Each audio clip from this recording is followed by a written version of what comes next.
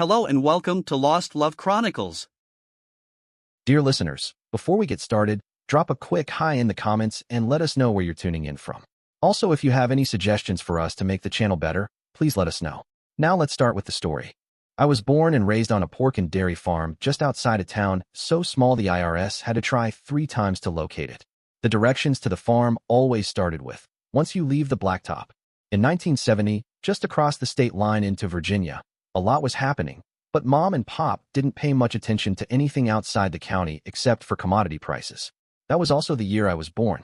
Name's Harold Turner.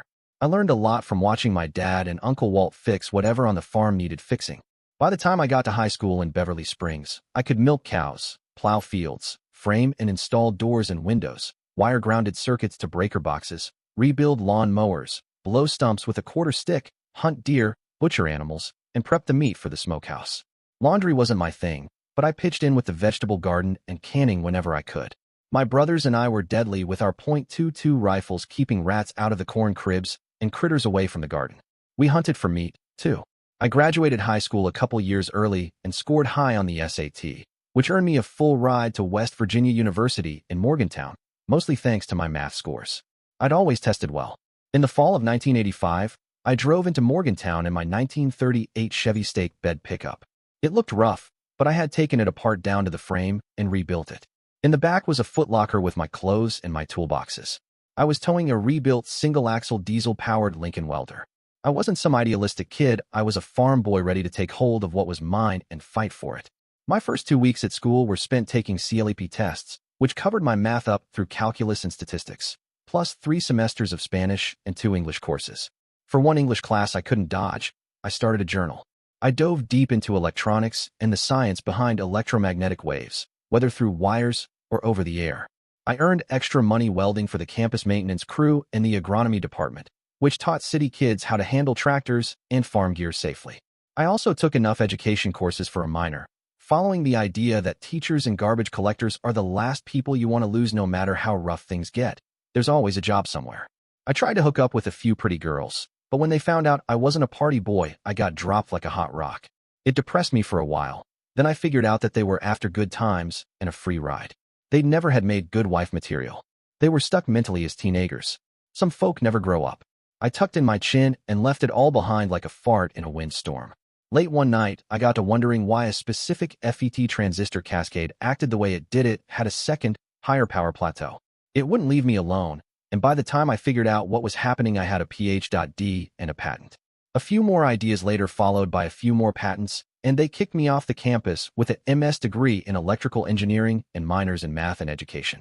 That was all right with me. Collegiate bureaucracy didn't agree with my disposition. It made me want to punch people or test an axe handle to destruction. It was the spring of 1992 that I drove back to the farm to help out. Mom and Dad had a lot more gray hair and moved a lot slower. Uncle Walt had a run-in with a plow and lost. He was living in town in a nursing home.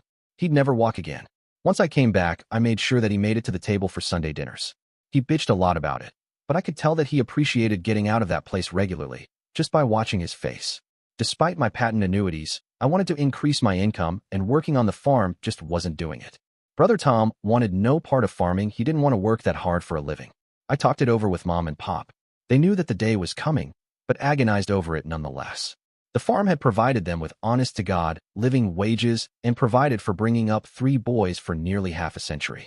However, the economy of farming had shifted to benefit the big factory farms. Just as the majority of the family-owned corner groceries, narcotic stores, butcher shops, and hardware stores had folded because the chain stores had buying power that they had no chance of matching. They were fractionally nickeled and dimed to death. People writing the news said that it was just the passing of an age, but they were murdered by way of cold, calculated economic warfare nonetheless. The farm was sold to a grain combine, which meant that at least the land would be kept in production and not paved over for housing developments. With the price of productive land being so high, the farm sold for over $4 million. Mom and Dad took $500,000 to retire on.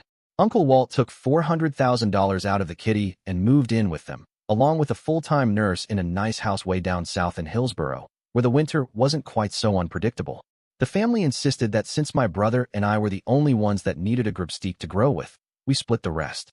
Jim had died in the sandbox, despite his being the best shot of all 3 of us. A roadside bomb blew his, but to flinders. Brother Tom was happy just pulling down a paycheck and banked his half for bad times. To tell you the truth, I think he was the smartest of all of us despite working as a grease monkey in an antique restoration shop. Once the tax man savaged us like a rabid dog, Tom and I were each left with $925.00 and a bad case of shell shock. I talked my brother into investing in a small fluid fund with a good ROI and sticking the rest into long-term futures investments in rare earth elements that were necessary for sophisticated electronics. I followed them south in case one of them took a spill and needed some help. Tom moved to Charleston to follow the demand. Would you think that I could find a decent job around Hillsborough that didn't involve cleaning hotel rooms or the fast food industry? Hell no. I fell back on my education minor and applied at the local district. They needed a math teacher and a basketball coach. Like I knew shit about basketball. Right away, I worked my way into teaching industrial arts, drafting, and building trades. An anonymous donor ahem funded a CADCM lab, a CNC lathe, and a reconditioned 3D CNC milling machine. It didn't take long before we started turning out kids, male and female, that could walk right into jobs fresh out of school. Over the summers, the first brushed up on my welding and got a few industry certs, refreshed my CADCM certs, and did repair work for a local sawmill. The next year, I added a high-pressure water cutting table to the school shop. It was simple to integrate into the CAD lab with the vendor's code libraries. It was about 1998 that the equipment needed refurbishing. Being the short-sighted sons of bitches that they were, the entire program was scrapped and the equipment was sold off for 10% of its market value rather than invest any money in updating the equipment that would benefit the students without any payoff for the teachers. What a great union. What great benefits, Seth. All that left a bad taste in my mouth that wouldn't quit. I was deeply pissed. Rather than get my hands dirty, I cashed in some of my investments and had the union officials investigated down to a level rarely pursued short of a military security check or a vetting by the Secret Service. A college student with a hair up his butt agreed to break into the paste-up server for a daily DC newspaper to disseminate the officials' records, then carefully prune the server's access logs of any incriminating entries. Virginia, West Virginia, and Kentucky mining folk don't take well to people wearing suits screwing with their kids' educations. Admittedly, a lot of relatively innocent teachers' union officials got tarred with the same brush. Soon there was a deep void where the union representation used to be. A few state representatives and senators disappeared as well. Quite a few people at the NEA quit over personal health issues. The DC police were confounded over the number of bodies found floating in roadside ditches across the county. A damning picture was drawn after the employment histories of the deceased were compiled, one pointing at payola and educational markets and their special interest groups. I figured that it was about time to get out of the business before some righteous warrior with a 6th grade diploma decided to burn me at the stake for my hand in matters. I'd spent the last 4 summers working at a local sawmill. I talked the manager into taking me on full-time. The income was a lot better than teaching ever paid. I didn't have to grade any papers at night, and I didn't have to deal with nearly as many idiots.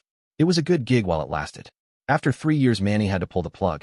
He'd been running at a deficit for a few years and didn't see the industry picking up for the plywood and custom wood market that close to DC. I tried to turn him onto the specialty woods marine market, but it just didn't work out. I had enough cash in the bank to prepare for a project I'd been thinking about. I talked Manny into a one-shot contract with me before he declared bankruptcy. I had him buy several railroad flat cars of seasoned logs and mill them into 3-side flat 10 by 10 beams, leaving the last side naturally curved. I had them cut to 12-foot, 16-foot, and 24-foot lengths, then mill out as many 2-inch thick planks as he could from the cutoffs, and the final half car full of logs. All the logs were then run through the big bandsaw to cut 10-inch deep lap joints at the end of each beam, then drill a 1-inch hole through the middle of each face. I paid him 30% over cost, in cash. Both of us knew that he'd never report a penny of it. All that tax-free cash would give him a cushion to live off of until he got back on his feet. After he declared bankruptcy and went Chapter 11, I bought a few things from the business: a big Ford tractor with a front-end loader and a backhoe attachment, a pair of forks that would fit on the front-end loader's bucket to move logs or pallets, an 18-foot hydraulic gantry crane, a couple hundred feet of almost new 1-inch chain, and a big box of chain hooks. It cost me a pretty penny to lease a warehouse and have the timber and equipment trucked to it to be stored until I could buy a suitable plot of land. Back in the 40s and 50s, the government sold forested plots in the Smokies to returning veterans with the right of first refusal written into the contracts. It was a policy that, with a few changes, went back to the land grants of the Revolutionary War and the Civil War. Most of the eastern properties had been bought back by the National Park Service, but a few were still out there. At that time, the Forestry and National Park Services were so strapped for cash that they didn't have the budgets to redeem the park properties. I had caught a whisper of a rumor of a property coming up on the market to be sold at auction for back taxes. I knew that once it hit the auction block, the price would skyrocket.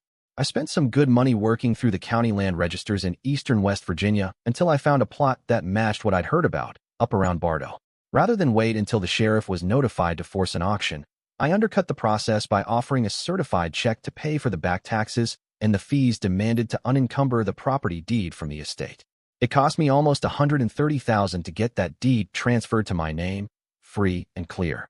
Not bad for 36 acres of uncut timber and the land under it in the middle of a national forest. The deed explicitly stated that it was serviced by a fire road that was to be kept up by the county. The first spring, 2003. At the ripe old age of 33, I began implementing my long-planned retirement. It was a good thing that my old stake-side truck had an exceptionally high clearance.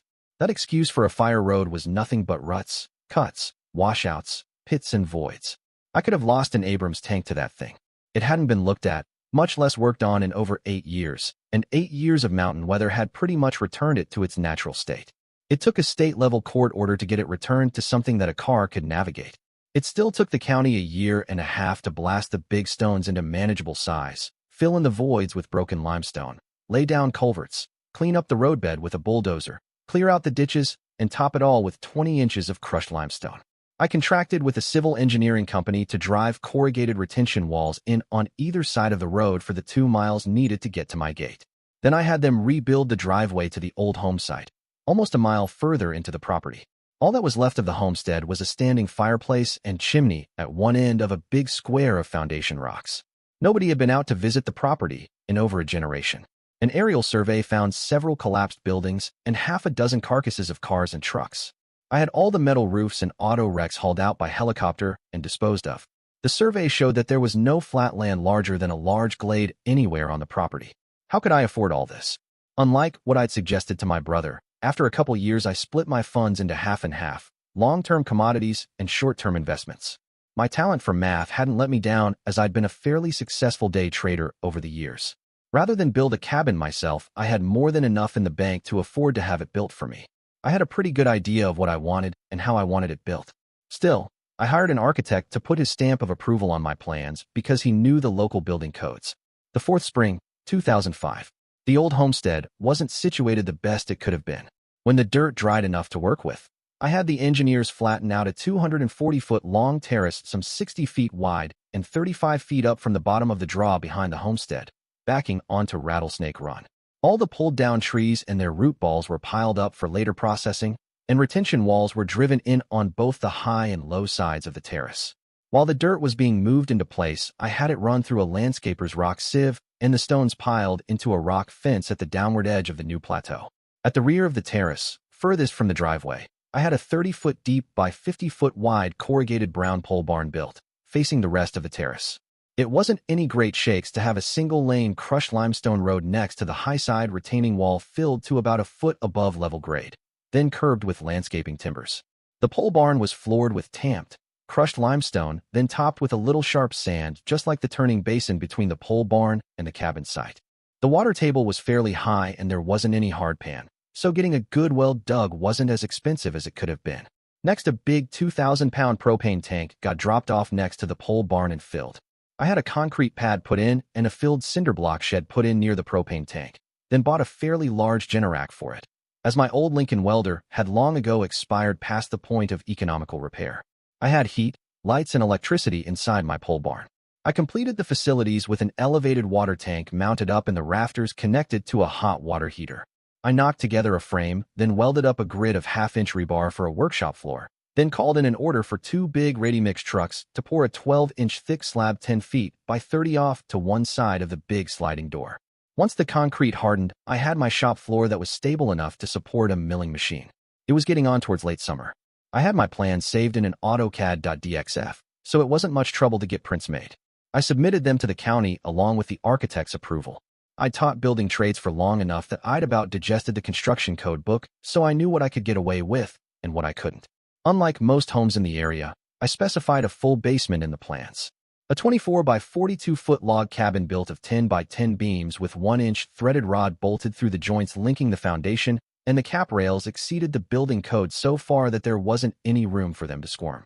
I planned on 4 thick Thermax interior wall panels and 12-volt electrical circuit runs. Anything requiring 120 volts would be relegated to the pole barn, some 30 feet away, next to the generator to avoid line loss. The prints even specified an 800-gallon fiberglass-lined septic vault. The only break in the cabin's thermal barrier was a provision for a Franklin wood-burning stove in an ingle nook next to a sauna enclosure, which was next to the master bedroom, all under a half ceiling. The kitchen was placed on the other side of the ingle nook with a full bathroom between them. The plans showed a shed roof tapering off towards the back. The cabin was placed to cut across the plateau, just leaving road access back to the pole barn for servicing the septic vaults and propane tank coming in, and allowing the tractor and implements access to the field between the front of the cabin and the driveway. The ceiling tapered down from 24 feet at the south side, or front, which faced the field, to 18 feet at the north, or rear. There was plenty of room for a half-second floor, keeping the taller half uninterrupted for a high-ceiling vault. I'd planned on thermopane windows on both levels and several wrought iron chandeliers to eliminate dark voids. The first-floor bathroom shared a wall with the kitchen to centralize service distribution. I made sure that a big multi-paned window lit up the kitchen sink and countertop that looked out over part of the yard between the cabin and the pole barn with a good view up the valley. The county commissioner approved my building plan. However, it was too late in the year to get the cabin in the dry, sealed up. After my contractor got the full basement dug and a septic tank buried next to the pole barn, everything was mothballed for the winter. I had the tractor and bucket as well as the gantry crane and a couple loads of beams and planks that I'd bought from Manny transported to my job site.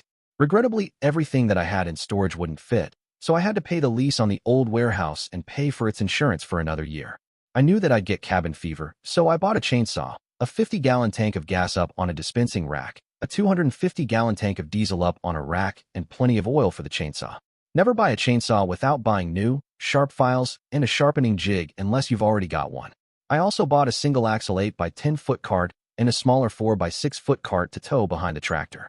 What's a farmer do when he's bored? Walk a fence line or cut firewood. Since I didn't have any barbed wire fence, it was cut firewood. Throughout the winter, I tore down and rebuilt that tractor to get the most life I could out of it. All the hydraulic hoses were replaced because the thing had been stored out in the weather while Manny owned it, and the hoses degrade faster under sunlight. I bought a cheap little vacation trailer to live in over the winter. A little work with some sheet tin and pop rivets piped all the exhaust gases out of a wall vent. A propane-fired refrigerator and freezer stored on my shop floor gave me some flexibility. I made sure that my pump head and water lines were insulated, then picked up plenty of food to last until ice out. Once the road closed down, I wouldn't see hide nor hair of a snow plow or sand truck until spring. I was some 4,900 feet above the nearest town. I bought plenty of canned meat, canned vegetables, and canned fruit to live on, then added baking supplies and a few 50-pound bags of potatoes to the larder. I had a stacking washer/dryer put in for a couple $100 to take care of my sanitation that winter. With a load of steel and welding rod I framed in my shop so that I could work in the cold, then built my shop tables. I laid it out for woodworking as well as heavy repair and steel fabrication. I intended to build some shelves for the main cabin, the basement, and the shop. I had yet to plan out what to do with the loft. As the winter progressed, the disorganization about drove me to distraction. I swore that I was going to have a root cellar dug come hell or high water. I built several sets of shelves out of welded angle iron and topped them with slab lumber in an attempt to get a hand on my inventory, but Murphy had already settled in for the winter. It helped some, though. I parted together a table and chair to eat and read at, as that little trailer was pretty claustrophobic after about the 5th week. I was surprised that I'd held out that long. Still, it gave me a warm place to cook, shower, and sleep, all the real necessities, once you come down to it. The weather broke in mid-January long enough for me to get to a lumber yard and pick up some heavy plywood, construction adhesive, paint and painting supplies, and a few fluorescent light bays. I built the walls and ceiling for my shop with space for my 12-foot gantry crane to roll around. The light bays were recessed into the plywood sheathing. I had plenty of space to work in so as not to get claustrophobic while working inside the bay. Every day that it didn't rain, I cut firewood out of the piled-up trees that came out when the terrace was sculpted. I reserved a few longer trunks to make storage ricks under the front porch roof. It wasn't the best dried firewood, but it had been uprooted over 6 months before. I saved out the big pile of tops to run through a chipper, then spread out and cultivate in for my vegetable garden. I saved out the root balls for burning over long winter's nights while I lay on one of my Inglenook benches with a quilt. The 5th spring, 2006. The permits flew like flower petals. The county commissioners had never seen this type of architecture built before and were anxious to see it executed. Jamie, my contractor, hadn't worked with it either, but permanent insulated concrete forms attached to a continuous footer were simple to implement. Most of the custom work went into the half-inch steel toe rails that were threaded onto and locked into the foundation, while the joist hangers were bolted in place. The interior and exterior wall beams were dropped in place by crane, then the welded cap rails were bolted onto the 1-inch threaded rod that ran through the lap joints wherever the beams joined. A bit of trickery was involved with setting in sections of the beams to form gables. Slow-setting construction adhesive filled all the voids and sealed the seams between the beams. The windows and doors were hung, then a 4-inch thick Thermax panel lining was applied to all the walls, inside and out. There were a few post-in beam features built in for visual appeal, both to define spaces under the second floor and to break up the big unrelieved space of the tall wall. It went up damned fast with the help of a skilled crane operator. Heavy structural beam floor joists were laid in while the crane could access the interior, then covered by the heavy 2-inch thick planks and secured with dock screws. A pair of custom-cut 10 by 10 beams that ran down the center of the length of the cabin were prepared with chisel work to receive the beams, making up the ceiling joists, and more planks were laid across them for the second floor flooring. Openings were cut and ramps were run to provide access from the basement up to the second floor, both of which ran across the east wall, which faced the hillside. Then the long railing was brought in and anchored so nobody would take a header off of the second floor. A flying beam was installed high up in the vault to support the chandeliers, which were controlled by 4 independent wall cranks. The roof trusses were bolted to the cap rails, and 1-inch marine plywood was screwed down to the trusses. The roofing felt went down with standard nails, then the crane was used to hoist pallets of traditional concrete shingles up, which were screwed down to the underlayment. The last heavy job that needed the crane was to drop in the dark, heavy recycled plastic faux timber support poles for the carport. The poles were concreted in place so that the roof line at the cabin side was 12 feet high, stretching out 12 feet to a roof line of 8 feet. The whole thing was as wide as the cabin was at 42 feet, leaving room for a porch on one side that protected the doorway and a big dry space to stack firewood on the other with room for a couple vehicles to park in the center. I intended to eventually screen in the porch, but I didn't have a timetable for it. By midsummer, the shell was in the dry. The services were run in and terminated. It was then ready for me to take over. While doing the final site cleanup, my contractor brought out a tree chipper for me so that I could shred that big pile of tops I'd been sitting on since early winter.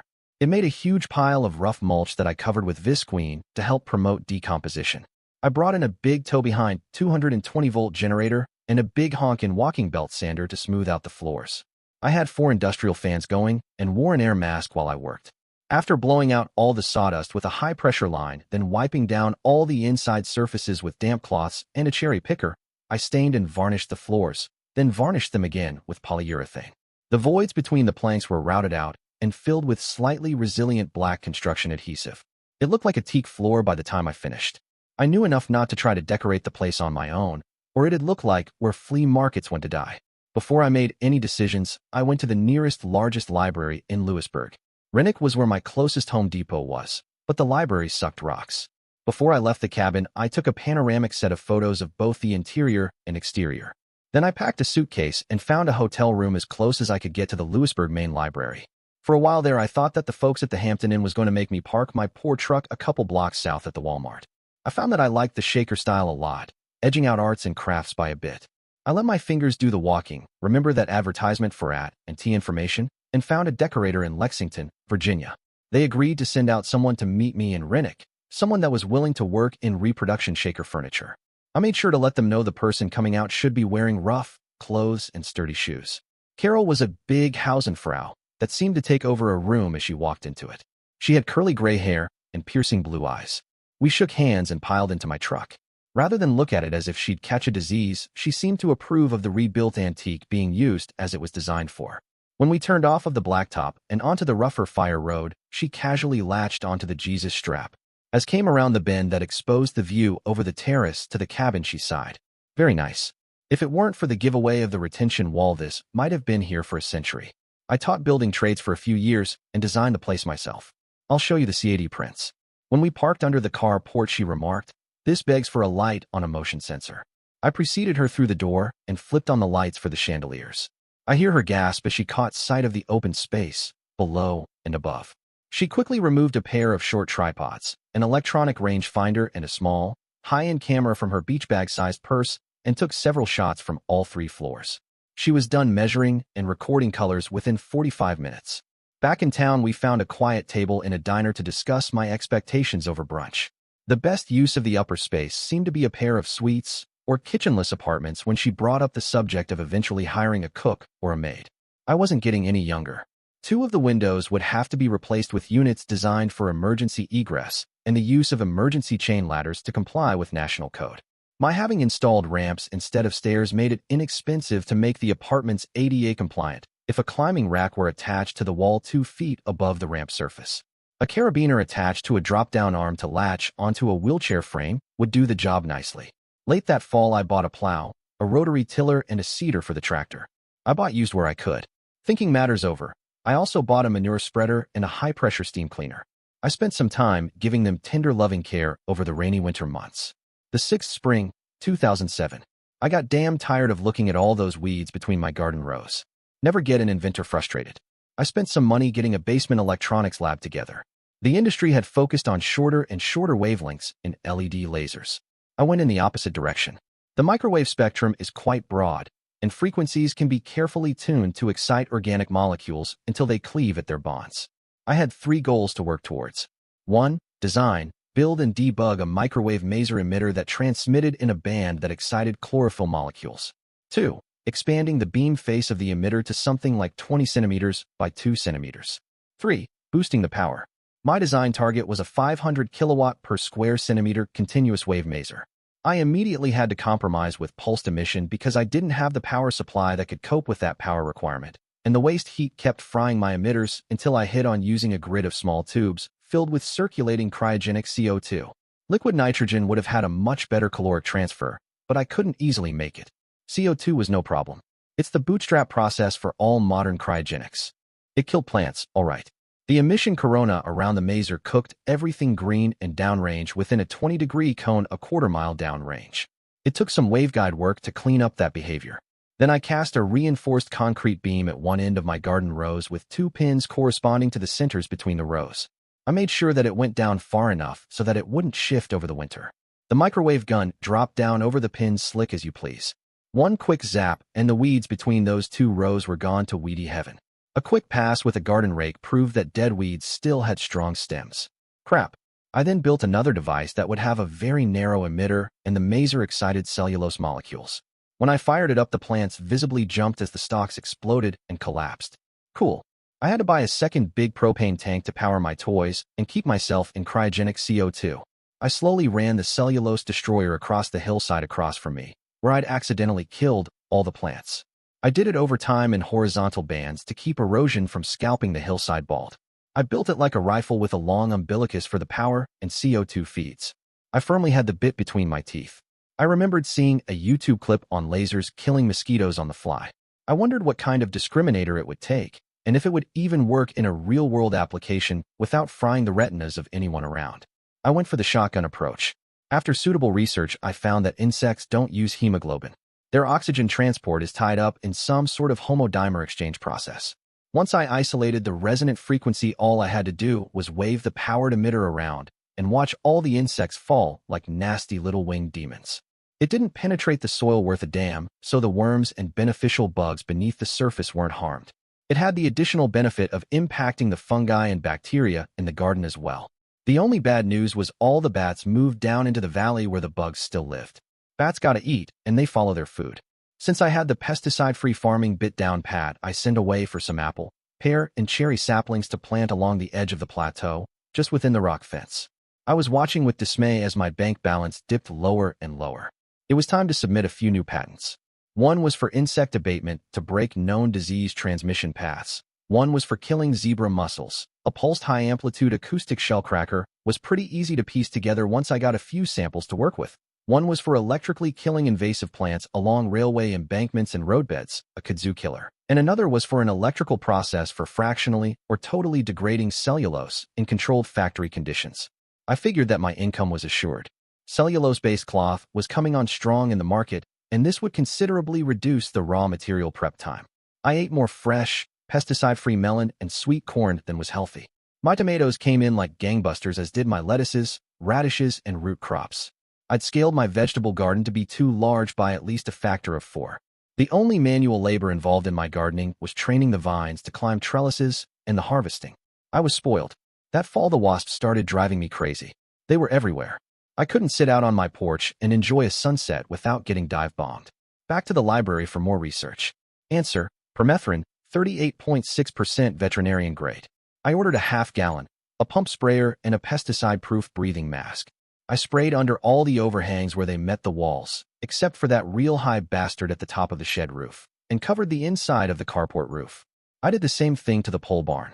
I took the decorator's advice and installed a few box lights in the porch up under the eaves and one near the door on a motion detector. That one drove me crazy until I mounted it in a 3-sided box with no bottom that pointed at the carport. Then I could walk around inside my porch without getting flashed. The permethrin had the added benefit of chasing away helgramites, ants, biting flies, mosquitoes, termites, and chiggers. I had to respray once each spring and once each early fall. I bought a big Lodge cast iron hibachi and a couple Adirondack chairs so that I could sit back and enjoy the evenings with a little fire, even if the weather was disagreeable. It was quite pleasant. Many small pieces of beef were cooked out there that fall and winter. The 7th spring, 2008. I rented a big fence post drill for the tractor and started in planting tree saplings. From the sound of things, I had several clans of uninvited guests, cottonmouths, and rattlesnakes that'd take up residence in that rock wall. Now, there wasn't room enough on that homestead for all of us, and I had the technological upper hand. Back in the lab, I put together a very, very dangerous microwave emitter. Its dominant frequency and first harmonic would destroy hemoglobin. I sent away for metal mesh overalls with a metallized dome helmet and a backpack air compressor.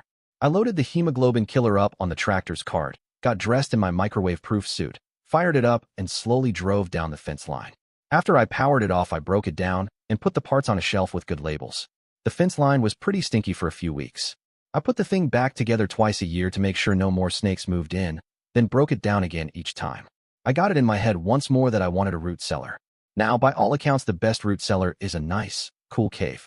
Since I'd essentially walled myself off from digging a root cellar anywhere close by having the terrace berm wall installed, I figured that the best person to work around my problem was the civil engineer that put up the retention wall to begin with. After describing my problem, he thought for a while, then said he had just the answer for me. We made an appointment for him to come out and show me a new product on the market that had impressed the hell out of him. He drove up in a semi hauling a flatbed covered in what looked like gigantic Legos. According to him, they usually came in 2-foot by 4-foot blocks, but some genius had ordered a batch of 4-foot by 16-foot shells that nobody could get rid of. My contractor had bought them for pennies on the dollar. He knew that my driveway could bear the weight as he'd installed it. So removing a retention wall panel, digging out the area required, poured a heavy foundation slab, and stacked the concrete-filled frames with plenty of construction adhesive. It would give me a root cellar that could quite possibly survive a hit from a 500-pound bomb. I agreed to the deal on the spot. He planned on a pair of heavy doors with an 8-foot tunnel between them, 4 feet wide. The place was a circus of ready-mix trucks running back and forth for just over a week. Then a flatbed semi filled with skids of adhesive showed up. From the time that the foundation slab was judged set up well enough to take the load, it took 6 days to build the cellar, replace the retention wall, backfill over the cellar, and hang a pair of very heavy doors. The last few things done were to run a power line inside it for lights and bring in a team to rake up the construction evidence. The interior got a double dose of water barrier spray before he handed it over to me. Hell, I thought that it would take a month, and there I was with my thumb up my butt and no lumber to build my shelves. I called a couple local sawmills to get a good price on a flatbed's worth of kiln-dried 2 planks and 4x4 beams, then got ready to start a building frenzy. When the semi drove up, the forks hooked up to the tractor made a fine substitute for a forklift to get everything unloaded. Regrettably, the nice weather broke. I had to string up a big trucker's tarp over my work area while the rain poured down. I measured, cut, and drilled the beams to make my frames, then assembled them into 4-layer high shelves with a 6-inch paintbrush that I kept dunking in construction adhesive and plenty of big lag bolts. I put in vertical load-bearing joists every 4 feet to keep the planks from bowing under the weight of canned goods. The cellar was 8 feet deep, had an 8-foot ceiling, and was 24 feet wide. I filled the back wall with shelves 18 inches bottom to bottom. I really couldn't see running out of room unless a lot more people moved in. I used ear defenders while driving those lag bolts in with a huge electric bolt driver that I'd bought to replace the wheels on my tractor's attachments.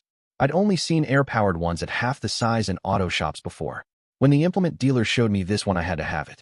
You'd be crazy not to wear a kidney belt when operating one all day long, just like a jackhammer. My decorator came through with the goods around the 4th of July. I had no arguments with the furniture or the braided rugs. I thought that some of the paintings were kind of iffy, but they grew on me. I drew my line in the sand when they started bringing in pier mirrors, pots filled with dried weeds, and other house-beautiful crap. Nope, don't want it, and I ain't gonna pay for it. I was certain that she was convinced that I stopped her from completing the job, but damn it, I didn't need more crap to keep clean. When we finally stopped locking horns and I paid her off to go away, I walked in the front door and stood there with my hands on my hips. Yep, it was what I wanted. My eyes were drawn to the big open wall that led up to the ceiling vault. I kept the decorator from installing any bookshelves for a reason. I wanted to build them myself. It cost me an arm and a leg to get half a semi-load of furniture-grade, 12-inch wide, 1-inch thick, 8-foot-tall oak boards delivered. I did some preliminary work on the lumber, sizing, sanding, staining, and varnishing everything before I made the first cut. I bought special blades for my table saw to nearly eliminate chipping and tear-outs, then bought the largest biscuit cutter and matching biscuits I could find. I'd need them to glue up the back panels. The box frames were dovetailed together with several router bits, and rather than cut dados for the shelves to fit into the box frame, I drilled, glued, and pegged in supporting fillets. Since each bookshelf was 4 feet wide, I glued up a 2-inch thick center post with fillets to support the center of each shelf. To preserve my books, magazines, and journals, I faced each bookshelf with a pair of glass doors, anchored back-to-back at the center spine. It took me most of the winter to get all 6 bookcases completed. Then I spent a few weeks digging through my files, organizing everything and arranging them on the shelves. I almost had a bad accident because I didn't anchor the shelves to the cabin frame. A few dock screws took care of that little problem. I recessed the heads, shaved off a few flat pieces of the oak stock with a bandsaw, stained and varnished them, and glued them over the holes. There were 2 in each bookcase, so they looked like a regular decorative feature that I'd intended. That almost accident made me realize that being out there alone with no telephone wasn't the best idea I'd had. I signed up for a sat phone. It didn't cost much extra to get a satellite-based internet connection for my computer, so I added that service to my monthly budget. It was time to get some health insurance too.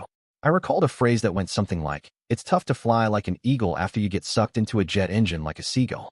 The 8th spring, 2009. Once my investment account hit 1.3 million and my liquid assets exceeded 1 million, it sort of sunk in that I didn't have to scramble for money anymore. I estimated that soon my cellulose patent would earn me more money than Dave Thomas of Wendy's fame, and without the expenses. Barron's magazine did a layout on me as an up-and-coming millionaire. Regrettably, it brought the 2-legged cockroaches out in droves.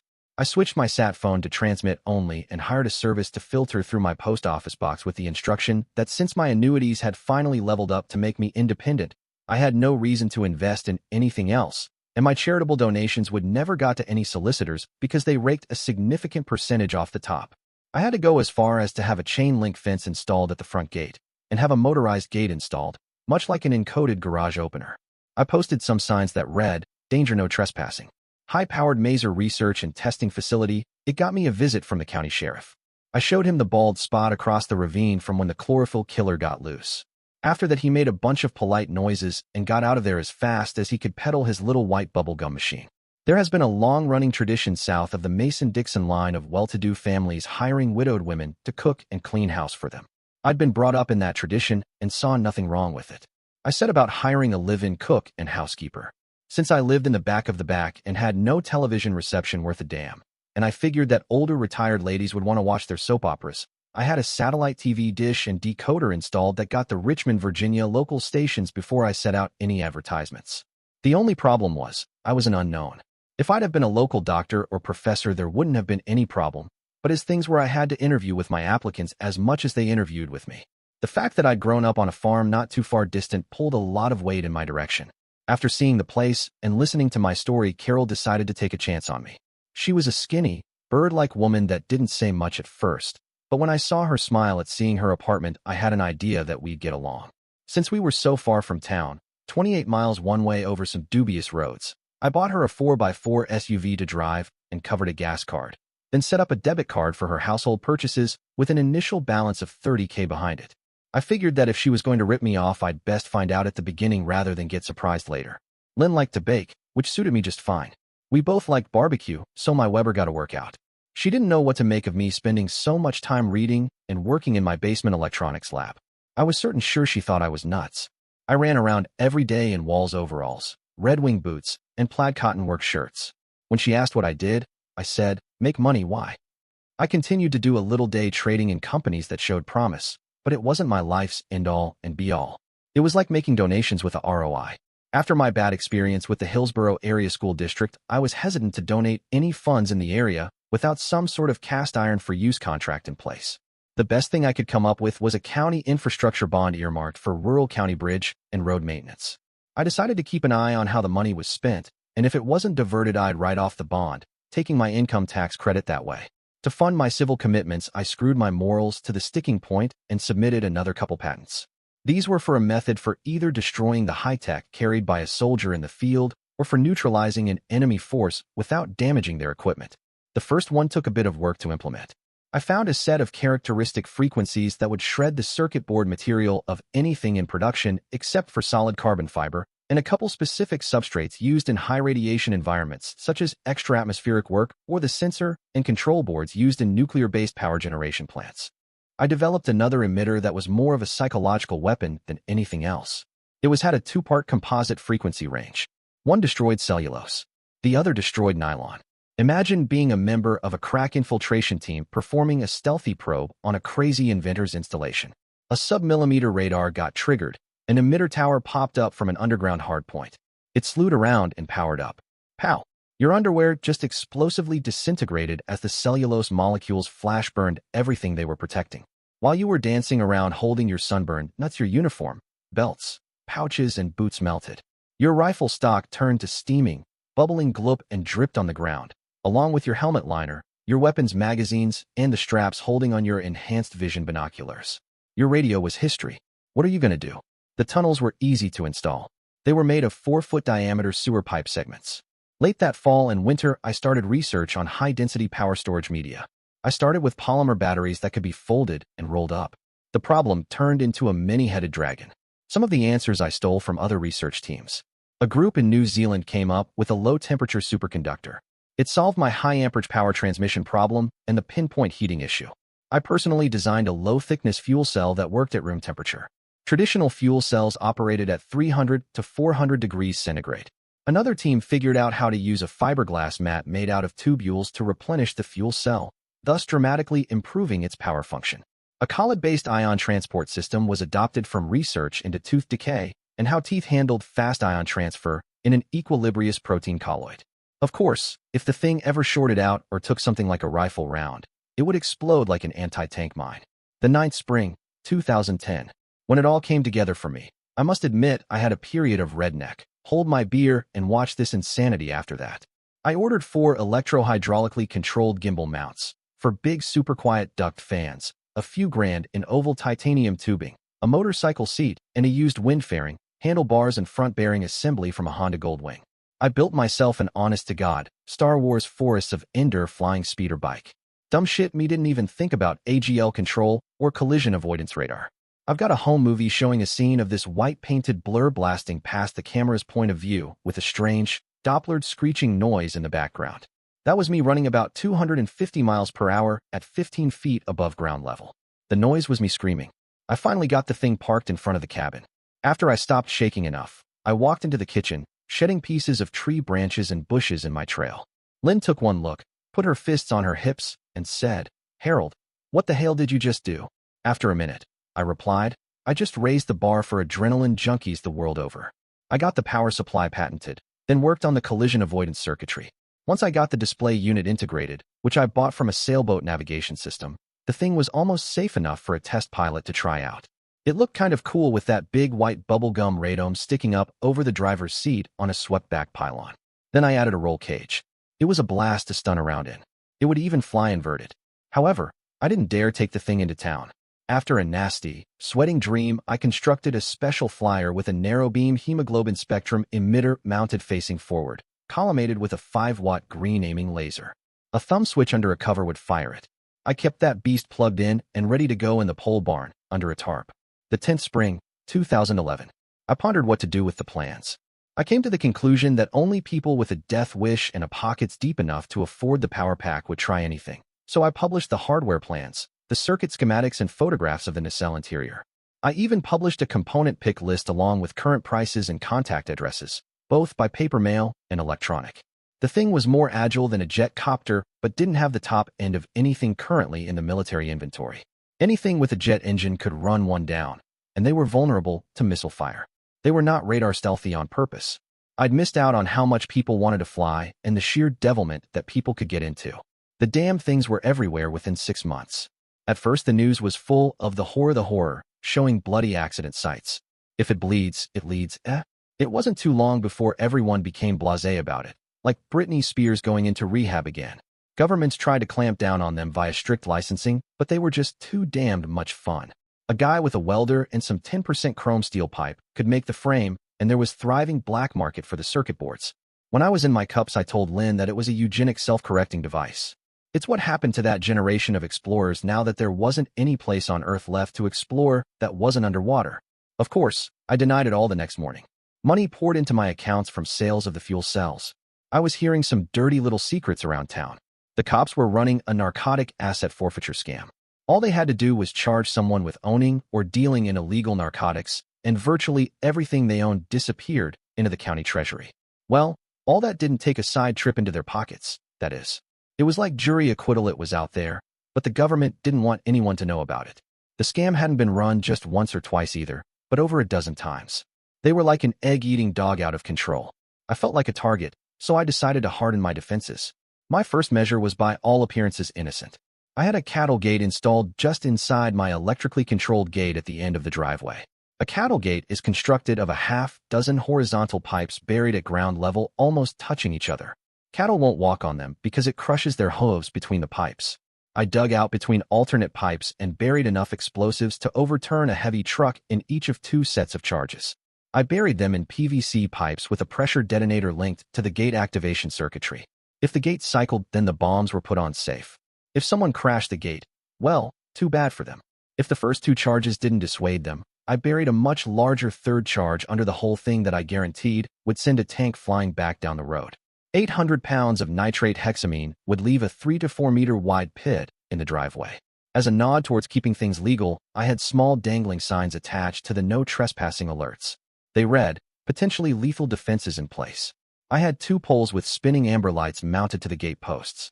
The sign below read, defenses online when light is spinning. I got the idea from a visit to a government chemical warfare repository out west.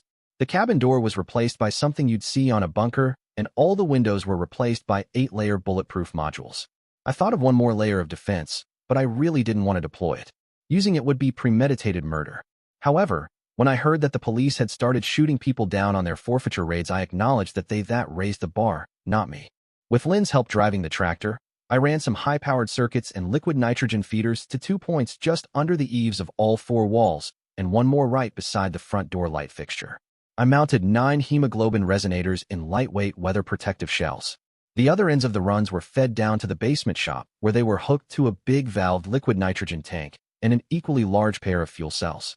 I stocked a couple cots, some bedding, jugged water, and a portable toilet down there. I explained to Lynn what might happen. If you hear explosions from out towards the gate and start to see guys acting like soldiers running towards the cabin, hit the basement and bolt the trap door. Then open the valve on the big nitrogen tank. Wait 2 seconds and turn the key under the flip-up cover next to it. Regrettably, there's no easy, secure way of finding out if they've gotten out of the woods and into the clearing yet. But if you take your time getting down the ramp and locking up behind you, most of them should be on the road next to the field or around the cabin. A 20-second shot should do the job. Turn the key to the left until it stops, then turn off the gas valve. If you feel brave, go back up and look through a window. If any of them are moving or more are coming down the road, do it all again. Remember, if you turn the key without the gas running, they'll overheat in just 5 seconds or so and burn out. Be as frugal as you can with the gas valve. Lynn nodded. She said in a low voice, "This is for all the marbles, isn't it?" I sighed. All the marbles. They're killing people on these faked-up narcotic raids. She stood taller, then pursed her lips and looked me in the eyes. That shit stops here. We were on the same frequency. The bank had no problem in my withdrawing $10,000 in cash. I had over $4 million on deposit, so they didn't give me any crap about it. I made sure that several people saw me stuff a fat envelope in my jacket pocket while walking down the sidewalk to the truck. It was my bait money. I accompanied Lynn into town for the next shopping trip. We went out of our way to visit a store across the Virginia line that she never used, and went quite early in the morning as they were a 24-hour operation. I bought a few filled 20 propane tanks and a 2-burner camper stove with an oven. We bought enough big plastic jugs to stockpile a couple hundred gallons of water in the basement. I already had a very illegal 500-pound propane tank down there plumbed to a generator. We had 3 cases of paper towels on the shelves that would serve perfectly well as toilet paper. We were stocked up for a short siege if it came to that. It really didn't take much to cut into the cabin's plumbing stack and hook up a shower, toilet, and dish sink just off the lab. It did need electricity to operate the effluent pump, though. In town, things were getting tense. A household a week was being taken down. None of the victims were white. There was a lot of sedition being talked in the local Baptist church. Things were coming to a head. Somebody that saw me come out the bank had a big mouth. That attracted attention to me like vermin to a bad Chinese restaurant. An operation was planned for Friday night. No sirens, no lights.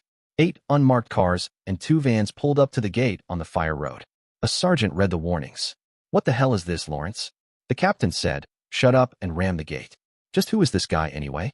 "He's a guy with a huge wad of money. Now shut up and do what I tell you." The sergeant backed up as far as he could across the road, tightened his seat belts, and gave it the gas. The fence was only made of cheap tubing and diamond mesh fencing. He went right through it with his bull bar front bumper.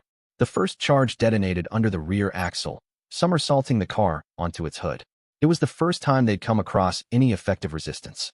The entire team was shocked into immobility as Sergeant Evans crawled out of the shattered window, scratched up and very unhappy.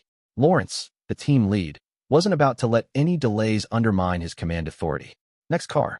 Now that we've blown the gate defenses, we're in. Push the first car off to the side and continue like we planned." The second car didn't somersault. The charge blew under the engine block. That lifted the vehicle some 8 feet in the air. When it came down hard and destroyed the front-end suspension. The frame sat on the ground while the engine's antifreeze leaked out. It wasn't going anywhere fast. Lawrence said to himself, "Oh, what a cluster shit. Sidwell, Martinez, Carlson, get some ropes on those cars. Use a come-along and pull them out of the way. We're wasting time here, goddammit." Several more officers pitched in to get the job done. Soon the way was clear. The captain was driving the next vehicle in line, the first recovery van. He rolled across the gate's lower pole and onto the cattle guard. All hell broke loose. A 2-ton Chevy van is not an armored personnel carrier by any stretch of the imagination. The front end went flying in one direction, while the rear end flew beautifully back across the road and over the ditch, burying itself in the trees and forest ground cover. The captain was definitely a candidate for a closed coffin funeral. The rest of the seizure team were spooked as hell. They looked back and forth at each other while tightly holding their weapons in white-knuckled grips for self-assurance. They slowly began to advance, bypassing the pit in the road. None of them looked into the van's passenger compartment. They'd all responded to high-speed traffic fatality calls. They knew what they'd see. They bunched up as they walked, subconsciously trying to gain comfort and confidence from their partners. Humph. The ground shook. I said, "What the hell was that?" Then I remembered. Oh, it was the doorbell. "Lynn, time to head to the basement. Don't do anything rash yet. I'm going to wait for them to show up before I lock up and come down." "Okay, Harold." She calmly picked up the pot of stew by the bale with one hand and pulled the almost done biscuits out of the oven with the other before heading downstairs. Screw it. Dinner came first. Once downstairs, she fired up the oven to finish off the biscuits and located some plates. Dinner would be a little late and the biscuits were flat, but the stew would be good. Maybe she should drop the biscuits in the stew for dumplings and let the steam finish them off. I bolted the door and turned out the lights. I stayed low to peer out the bottom of a window, watching the invaders slowly make their way towards the cabin. I waited until I heard one of them pound on the door before I skedaddled down the ramp and bolted the heavy door. For seconds of nitrogen purged to chill the emitters, then I hit the switch. I kept an eye on my watch. 30 seconds later, I cut the power. 2 seconds later, I cut the nitrogen feed. I realized that I should have stuck a little LCD camera to the bottom of a window and set up a monitor in the shop, but that was Monday morning quarterbacking at its best. I took my time unbolting the door and propping it open. That ramp seemed like a long way up. I looked outside and saw no motion. Nothing. I turned on the yard lights and waited a bit for them to ionize and fire up. I looked again in the bright orange light. I checked all 4 sides. Nothing. I counted over 35 bodies. The county commissioners were going to be pissed. The action arm of their little despotic regime was pretty well scotched. It was time for the lashback. Now I'd have to put up with the investigation, though. Crap. I might as well be proactive about it and spoil someone else's dinner. I called the state police to report the death of the entire county police force during the execution of an illegal no-knock raid. I wasn't going to hang around waiting for the questions to start. I went down to the lab to see what Lynn had whipped up for dinner. About 25 minutes later, I was complimenting Lynn on the converted biscuit idea. It had turned out great. Good. I'll add it to my recipes. No argument here. It'd probably be good over chicken stew or chili, too. While waiting for the trouble to unfold, I called the local preacher. We hadn't been close, but there were times I had helped out some members of his community when they were struggling. I explained the situation to him and suggested he write a detailed account of what had happened, naming names, adding dates, and highlighting the impact on those affected. Then I advised him to send the information to some outspoken newspapers in college and union towns to make sure this wouldn't be swept under the rug and ignored. I also recommended reaching out to the ACLU for support. I promised a substantial fund to back any legal fight that might come. By the time I hung up, I could tell he was ready to take action. Mission accomplished. The only remaining problem that I could think of was how to keep the preacher's defense fund out of the ACLU's administrative budget. I figured that the best way was not to let the money filter through their fingers where a significant fraction might stick and disappear. Before midnight, the trucks rolled into town. There was nothing overt, but it seemed military to a lot of townsfolk. The phone lines grew a little warmer. Several folk quietly headed out of town.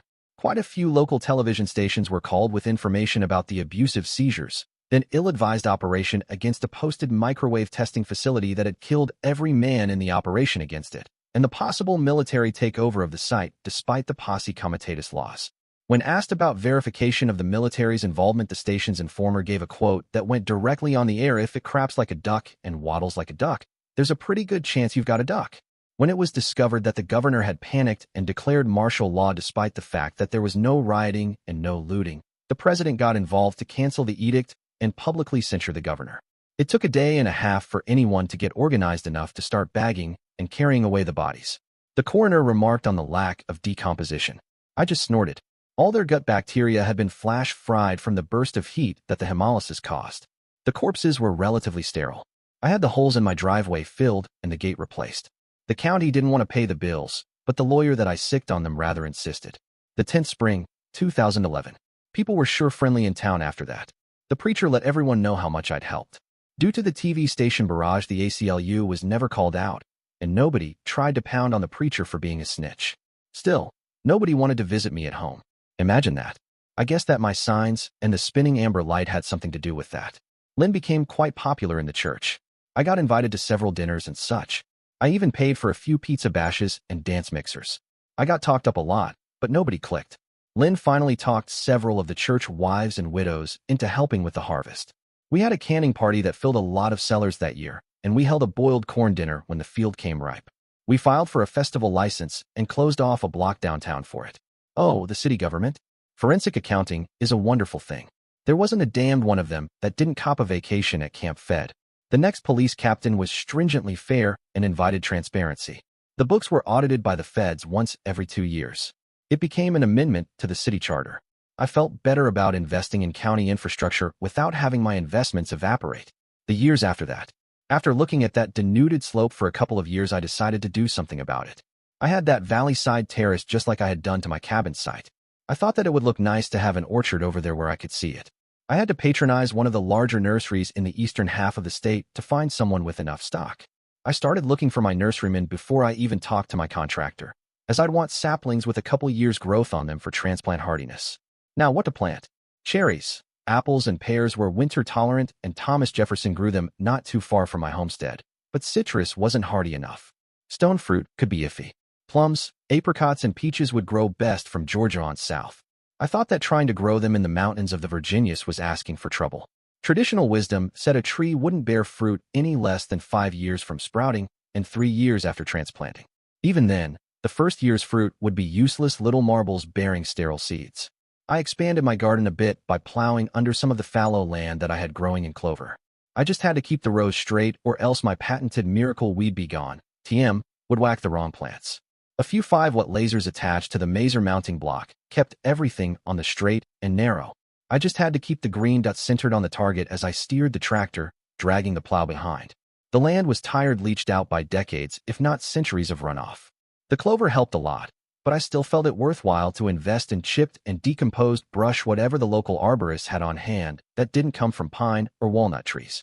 Once that got turned under, I felt that I had a chance of a crop. I got a few dogs to run around the place and chase off the critters. Lynn wasn't any spring chicken when she came to work for me, which made sense that she wanted to retire after a while. I'd been paying her enough to set aside a nice little nest egg to make her life comfortable when added to her Social Security benefits. Lynn introduced me to Charisse before she moved back to town. After a couple weeks, I had to look up Lynn. Lynn, you gotta help me. I'm not married to Charisse, but she damned well orders me around like I was. I'm about to lock her in the basement and spot weld the door closed. Well, that was the end of Drill Sergeant Charisse. Lynn was nice enough to keep looking for me and got the Baptist congregation involved. Beatrice, or Bree, was a plain-faced lady in her late 30s. I interviewed her at a restaurant in town. For a while there, I wondered if she was mute, but I did manage to get her to talk a little. I had to pry it out of her, but she'd been working at a county-funded babysitting agency for working parents. She'd been getting hassled by her manager and wanted out. When I saw how she was treated when I drove her over to the business office to pick up her last check, I wasn't very happy. I came back the next day to shake the manager's hand with my right hand and slap his shoulder with my left, the one wearing a glove. That was the last time he ever used that arm. Other than the hydroxyl water hole that normal microwave ovens are tuned to, nerve tissue responds to an extremely narrow microwave band. I helped her move in. Well, once I saw the quality of furniture and clothing, she had I steamrollered her into getting a new wardrobe, bed, bedding, big braided rugs and furniture on my dime. When she smiled, she was pretty. After that, I could do no wrong in her eyes. But I didn't do anything stupid. She didn't like doing the shopping, and neither did I. Her reason was she didn't like being an emotional boxing bag for some of the more vindictive bitches in town. I arranged for a home delivery service to take care of us from about 70 miles away, across the Virginia state line in Harrisonburg. They did the job without complaint and on time for the money. That was all I could ask for. She wasn't the baker that Lynn was, but she could bake bread, cobblers, jumbles, cornbread, and biscuits. We were golden. I taught her to love that Weber grill because A, the kitchen didn't need cleaning up afterwards, and B, it took a strange person to not like barbecued ribs. After that, she just ran away with it. Bree got along great with the pups and liked living in the countryside just fine. She wanted to keep a few chickens, so I had my contractor build a chicken house on the far side of the pole barn out of heavy beams to keep the critters out, and I had him fence in a half-acre of land behind the pole barn for a nice, big chicken run. The entire operation was out of sight of the cabin. I had another door put into the pole barn closest to the chicken coop and built some racks for sacks of grain, fish meal, and ground oyster shell for the birds. The only other things I had to do were put together some nesting frames, buy a few bales of hay, and provide for an outside butchering station for the birds. She knew where to get peeps, so one Saturday we drove up and down some unlabeled back roads to buy a couple flats of hatched birds. It took 3 times as long to get home as to get to the place we bought him, as they wouldn't take much of a beating and the roads were rough as a cob. After a few months, she had a regular business going, trading eggs for milk and butter with a neighbor. The quality of our table sure took an upswing. She got curious as to why I didn't have to weed the garden. I showed off my patented Miracle Weed Be Gone, TM. She was flabbergasted. I told her to let me know if she ever saw snakes or heard a rattle, and I'd take care of it. She looked at the newly weeded garden, looked at me, and nodded. Let me know so that I can get the chickens inside first. I hitched up the cart to the tractor one day and took her over to the orchard, where we walked between the groves. I took a lopper with me and cleared up a few problems as we walked. The goofy dogs kept us company as we walked. After we got back to the cabin, she just smiled and said, "Thank you, Harold." One morning, all hell broke loose. I was in the basement lab fiddling around when Bree about ran down the ramp. Harold, come quick. There's a goddamned bear in with the chickens." I sprinted the 40 yards to the pole barn, pulled the tarp off my speeder, took the key from around my neck, and started it up. After buckling myself in and gaining some height above the ground, I blasted out of the doors, circling the pole barn over the rocky ground as I approached the chicken run from the open side. I spotted the bear. Once I activated the targeting laser, it took less than 20 seconds to lock on and press the button. A precise beam traced along its body from neck to lower torso, and it collapsed like a lightning-struck tree. One bear down. I paused mid-air to steady myself, then carefully piloted my speeder back into its parking spot inside the barn. It took just a couple minutes to plug it in and secure the tarp back on with a flick of my wrists. I then walked through the barn's back door to confront Bree. "Jesus, Harold, what the hell did you do?" I grinned a little inside. It was almost word for word what Lynn asked me one day years before. I engaged the enemy and dealt him a killing blow without any collateral damage. It's the best you can hope for in any combat situation. She gawped at me for a bit, then turned to look at the fallen bear. What are we going to do with the bear, Harold? I sighed. The way I killed it really spoiled the meat for eating. All the blood turned to paste all at once. And since it won't bleed out, that's it. We can strip off the skin for a rug. But as for the meat, we'll have to chop up the carcass and use it for fertilizer. She wondered, how the hell are we going to chop up a bear carcass that weighs over half a ton? Simple, dear. A wood chipper. She laughed. She laughed like hell. Jesus, Harold, you got an answer for everything. I swear, if I ever catch you out, you're going to fall over dead. I had to rent a chipper and a backhoe. I mixed chipped wood with ground bare between the trees and between the potato hills. I cleaned up all the equipment with a steam cleaner before returning it. Some sort of neurotic forensic specialist could have found traces, but there wasn't any reason for anyone to be looking. Bree and I were sitting out back after eating a nice grilled chicken dinner, sharing a couple drinks. The sun was down and the moon had risen. The harvest moon would come soon. I asked her, is this anything like what you expected when you moved out here? Oh, hell no. To tell the truth, I was looking for a hole to climb into and pull it in after. This has been a dream come true. I'd thought long and hard about this. How would you like to make it permanent? Would you marry me, Bree? Harold, are you out of your ever-loving mind? I felt my heart sink and pass my stomach without even slowing down. I wasn't prepared for rejection. I slowly got up, turned, and headed into the cabin. I really thought that I'd had a shot at it. I really thought that I might find someone to live with. I went down into the basement and locked the door behind me. I figured that I might come out in a couple of months or so. Then again, I might not. I was feeling quite destructive after that little non-event. I began researching how big a bang I could theoretically get from a non-nuclear explosion. I had buried everything into my research. When I got that way, I often forgot to eat and sleep for long periods. Thankfully, I had a larder of canned goods and a toilet down there, or it could have gotten messy. I started with the highest energy density tolerant sample I could think of, a superconductor. Then I carefully tuned a sphere of 6 emitters to stress the molecular structures amazingly far past the point where the structures should have explosively lost coherence. But the structures reinforced each other like the lines in a buckyball. It was a goddamn big buckyball, though. I learned to form different size samples that assumed a self-referential structure, a coherence, if you will. Then I started pumping the energy density higher and higher, but it refused to catastrophically trigger. I then realized that it would take an asymmetric stimulus to destabilize it. I started probing a sample with low-powered lasers using different emission spectra to similar to a microcrystallographic analysis, working with different light frequencies to emulate the various X-ray frequencies used in crystallography. When I got a coherent structure out of my computer, I varied the charge levels of my sample to see how the molecular structures behaved. I was shocked to discover a charge level that came oh so close to a catastrophic bond shift. Then the atoms diverged as the power density increased past a narrow window. I had the cocking point. Now I needed the trigger. I couldn't go any further without a testing bunker and a really wide damage control radius. I believed that when the thing triggered, it would create a phase change throughout the sample within a picosecond or less. I made sure all my notes were duplicated, took a drink of water, and fell over sideways into my bunk. I awoke to a relentless hammering against the basement access door. I realized that I'd never get back to sleep with all that racket, so I undogged the thing and threw it open. There stood Bree with an axe handle in her hands, beaten until it splintered. She threw it to the floor and screeched, "God damned it, Harold. Get your butt up here and sit down so's I can yell at you." Oh, she was red-faced and spitting mad. Oh, Jesus. Suddenly, locking myself up in the basement again didn't seem like a bad idea. Boy, I got the riot act read to me left, right, and up the middle. As she started to slow down, I found myself instinctively saying yes, dear, and of course, dear. She finally ran out of steam, blinked twice, started bawling, and threw herself into my lap. I couldn't think of a damn thing to but hold her with one arm and pet her hair and back with the other. She slowed down to an occasional sniff, then said, "God damned it, Harold. You smell like a goat farm. You need a bath." How long was I down there? Almost 3 weeks. Don't you remember? Bree, when I get deep into research like that, you could make a loud noise right next to me, and I wouldn't notice unless you moved my keyboard and monitor. After we were married and had a honeymoon in Fiji, I contacted the Air Force Weapons Development Group in Kirtland, New Mexico. I'd already proven my bona fides with my patents, and I got pipelined to one of their explosives development teams. When I duplicated my experiment in their shop, most of the team hyperventilated and took medical leave. Only a couple old-school guys that came from the old projects on enhanced radiation devices seemed really interested.